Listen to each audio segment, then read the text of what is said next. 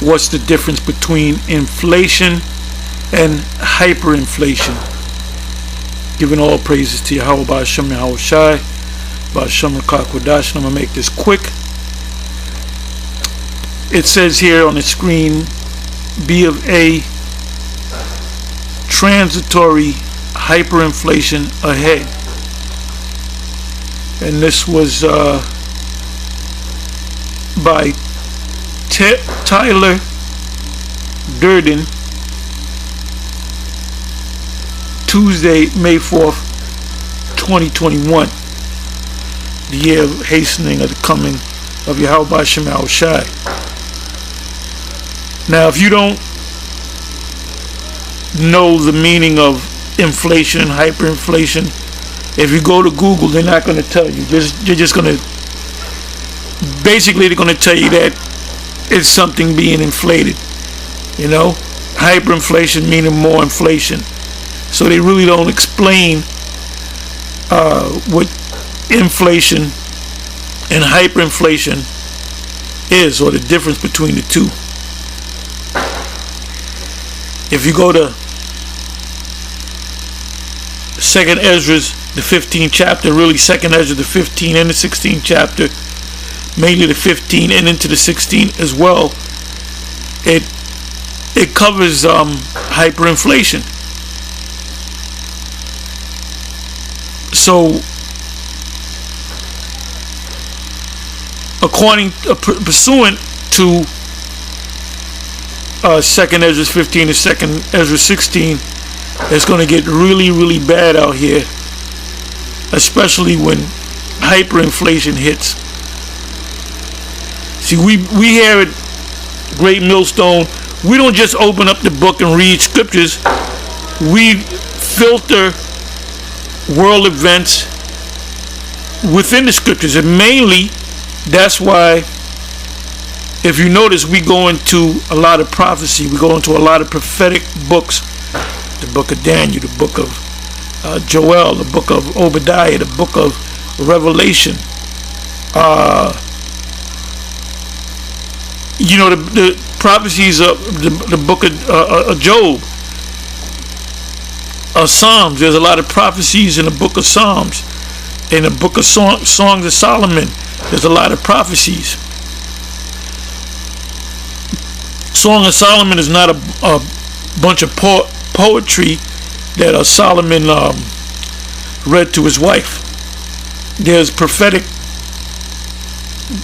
Well, pretty much the book is symbolic and prophetic. When you read that book with an open mind, Ecclesiastes, Ezekiel, Jeremiah, Isaiah, Matthew, Luke, and Mark writes about the Lord speaking about the end of the age. And in Matthew, Mark, and Luke, he speaks about two events, 70 AD and the actual coming of himself when he comes back to the earth, his second advent. Anyway, before he comes back, all hell will break loose on the earth. I mean, you will have normalcy in some areas and chaos in others. This government, the U.S. government, will be intact until the missiles drop. Even to the point of the missiles dropping. Now, if your mind is open through the scriptures, through the true understanding of the scriptures, then you would understand the timetable, what spot of the timetable that you're living in. And when you look around and you see the average person out there, they don't know what the fuck is going on, and they're gonna get caught out there. Anyway, I go to this particular Chinese restaurant, and I ordered maybe 3 different type of dishes, and one of the dishes I ordered maybe a week and a half ago, and I believe it was $10 even. And I remember maybe before the so-called Crown Vic Royale 2020, I believe that particular dish was $7 maybe. Could have been $7.50, $7.75. But after about a year of this event, it went up. It went up maybe another $1. Then it finally went up to $10. So the last time I got that dish was maybe a week and a half, 2 weeks ago. It was $10.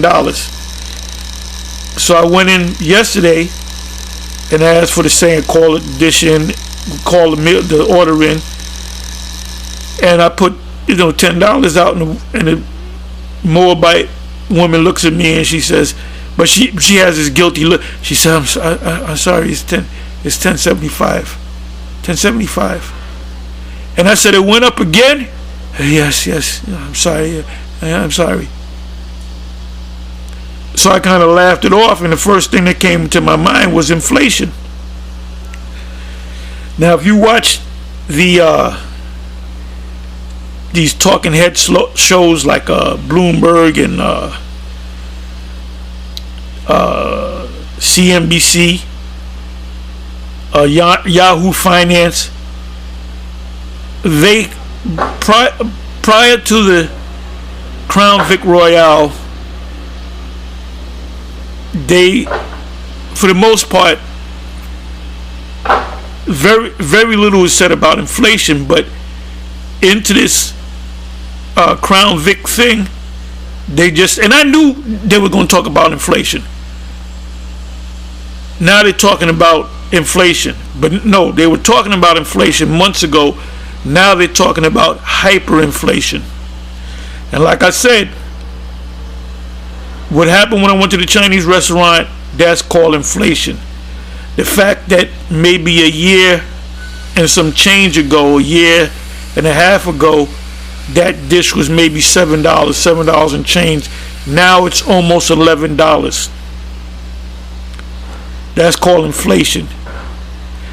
The difference between inflation and hyperinflation is when you may go and order something at that particular restaurant in the afternoon, then the next day it might be $10.75, then the next day it might be $52, $53, $55.